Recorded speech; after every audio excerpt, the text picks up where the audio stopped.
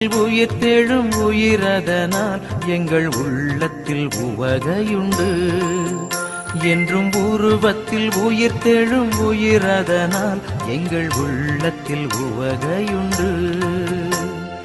இயேசுவின் இருதயமே என்றும் இறங்கிடும் அருள்மயமே, உந்தன் ஆசியும் அருளும் சேர்ந்து வந்தால் எங்கள் ஆனந்தம் நிலை பெறுமே.